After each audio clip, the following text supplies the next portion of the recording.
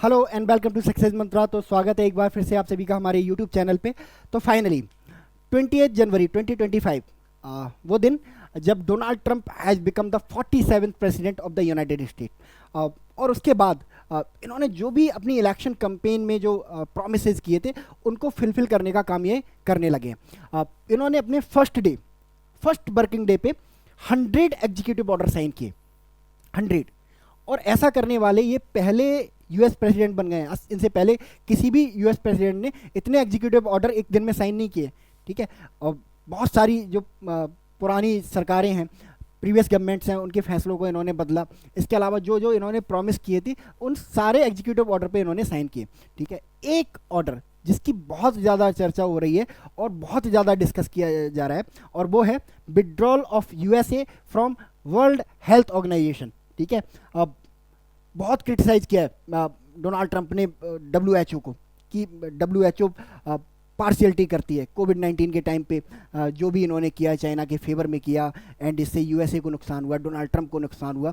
तो बहुत सारे इन्होंने एलिगेशन लगाए, तो पसंद नहीं करते हैं इस ऑर्गेनाइजेशन को, ठीक है। इसके अलावा और भी बहुत सारे एलिगेशन फ्रांस रिलेटेड रहते हैं। तो फाइनली पहला स्टेप ले लिया है डोनाल्ड ट्रंप ने और खुद को बाहर कर लिया है वर्ल्ड हेल्थ ऑर्गेनाइजेशन से, ठीक है। बहुत पुरानी एक ऑर्गेनाइजेशन है और वर्ल्ड हेल्थ के एरिया में काम करती है। तो क्या ये decision all of the sudden है? क्या इससे पहले भी कोई स्टेट मतलब इस तरह का स्टांस डोनाल्ड ट्रंप ने लिया है? तो डोनाल्ड ट्रंप ऐसा पहले भी कर चुके हैं, ठीक है। जनवरी 2020 में जब डोनाल्ड ट्रंप 45th प्रेसिडेंट थे तो उन्होंने डिसीजन लिया to move out from World Health Organization, ठीक है। और इन्होंने बहुत सारे एलिगेशन लगाए, ठीक है। इन्होंने एलिगेशन लगाया, इन्होंने कहा कि देखो हम बहुत सारा पैसा देते हैं इन्हें, ठीक है।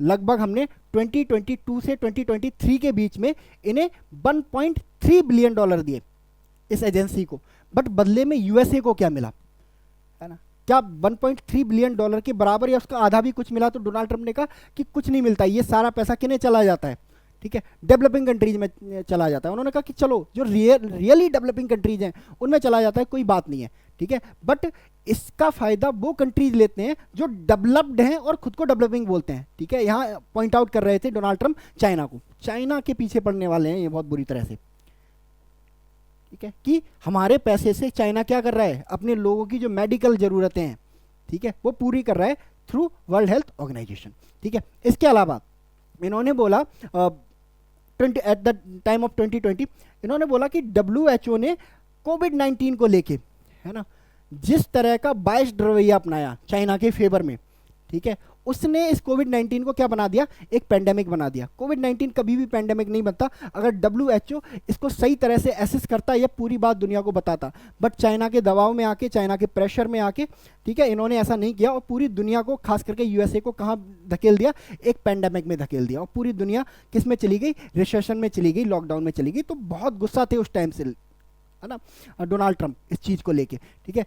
जब बाद में लेटर ऑन इलेक्शन होते हैं 2021 में, एंड डोनाल्ड ट्रंप जब इलेक्शन हार जाते हैं, ठीक है, तो बहुत सारे रीजन होते हैं, लेकिन सबसे बड़ा रीजन डोनाल्ड ट्रंप की हार का होता है कोविड-19,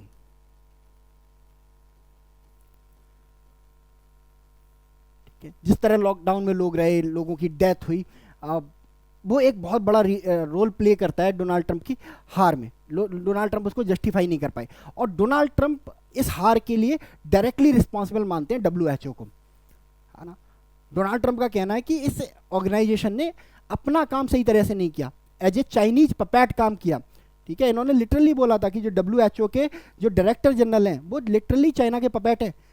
वो काम कर रहे हैं किसके बिहाफ पे, चाइनीज प्रेसिडेंट सी जिनपिंग के बिहाफ पे काम कर रहे हैं। दैट इज वाई उन्होंने दुनिया को और अमेरिका को कोविड-19 के बारे में बहुत देर से इंफॉर्मेशन दी, ठीक है, और मिस इन्फॉर्मेशन दी, हाफ इंफॉर्मेशन दी। दैट इज वाई जो कोविड-19 है वो यूएसए में एक पेंडेमिक बन के उभरा और मेरी हार हुई, ठीक है। तो इन्होंने कहा कि जब मैं पावर में आऊँगा तो सबसे पहले मैं क्या करूँगा, मेरा one of the first decision होगा to pull out from WHO. And 20 जनवरी को ये प्रेसिडेंट बने और 21 जनवरी को इन्होंने 100 ऑर्डर्स इन्होंने निकाले, लगभग 100 फैसले लिए। उनमें से एक था to pull out from World Health Organization, ठीक है। अब देखो क्या अभी विड्रॉ हो गया? तो आंसर है ना, अभी विड्रॉ हुआ नहीं है। अभी एक एप्लीकेशन भेजी गई है यूनाइटेड नेशन के सेक्रेटरी जनरल को कि भाई हम विड्रॉ करने वाले हैं, ठीक है, आप देख लो आपको जो देखना है, ठीक है। अभी 1 साल लगेगा, 1 साल में ये धीरे धीरे वहाँ से विड्रॉ करेंगे। बट क्या इम्प्लीकेशन होंगे पूरी दुनिया पे, ठीक है। देखो ये बात तो सच है, WHO को सबसे ज़्यादा फंडिंग कहाँ से आती है? USA से आती है। और US अगर विड्रॉ कर लेता है इस ऑर्गेनाइजेशन से तो जो WHO को मिलने वाले जो फंड हैं वो बहुत कम रह जाएंगे। तो WHO जो वेलफेयर स्कीम चला रहा है, बहुत सारे जो अवेयरनेस प्रोग्राम चला रहा है, वो अवेयरनेस प्रोग्राम हॉल्ट हो जाएंगे। चाइना तो नहीं देने वाला, चाइना फ्री में कुछ नहीं देता, चाइना हमेशा इंटरेस्ट पे चीज़ें देता है, चाइना फ्री में कुछ भी नहीं देता है, ठीक है। तो चाइना से तो उम्मीद बिल्कुल की ना जाए, ठीक है। वैक्सीन बहुत सारे अफ्रीका में खास करके जो अंडर डेवलप्ड कंट्री हैं, बहुत सारी वैक्सीन की इनको ज़रूरत होती है, तो वैक्सीन भी जो डिलीवरी ऑफ वैक्सीन है वो भी हॉल्ट हो जाएगी, क्योंकि फंड ही नहीं होंगे USA के मतलब वर्ल्ड हेल्थ ऑर्गेनाइजेशन के पास में। तो USA का विड्रॉल फ्रॉम WHO पूरी दुनिया को बॉदर करने वाला है, पूरी दुनिया को परेशान करने वाला है, including WHO World Health Organization, ठीक है। क्या जो USA है उस पर कोई नेगेटिव इम्पैक्ट नहीं पड़ेगा? देखो पैसे बच रहे हैं, कोई डायरेक्ट इम्पैक्ट नहीं पड़ने वाला है, ठीक है, कुछ नहीं पड़ने वाला है। बट हाँ, जो USA WHO के थ्रू अपनी जो हेल्थ सुपीरियोरिटी पूरी दुनिया में बना के रखा है, वो हेल्थ सुपीरियोरिटी अब क्या होगी? टूट जाएगी, खत्म हो जाएगी हेल्थ सुपीरियोरिटी, ठीक है। तो हो सकता है चाइना उसको प्लेस करे, बट पैसे देने पड़ेंगे, देखते हैं उसको कौन फिलफिल करता है। बट फॉर नाउ, ठीक है, पूरी दुनिया WHO के साथ पूरी दुनिया ट्रबल करने वाली है, पूरी दुनिया की जो हेल्थ है वो ट्रबल करने वाली है, स्पेशली जो अंडर डेवलप्ड कंट्री है फ्रॉम अफ्रीका, ठीक है। तो ये इम्प्लीकेशन होने वाले हैं। तो ये इस इशू के बारे में मेरा टेक है। बाकी आप लोग क्या सोचते हैं इस इशू के बारे में, बता सकते हैं मुझे कमेंट सेक्शन में। चलते चलते चलिए जान लेते हैं WHO के बारे में, कब एस्टेब्लिश हुआ, कौन इसका डायरेक्टर जनरल है और कहाँ इसके हेडक्वार्टर है।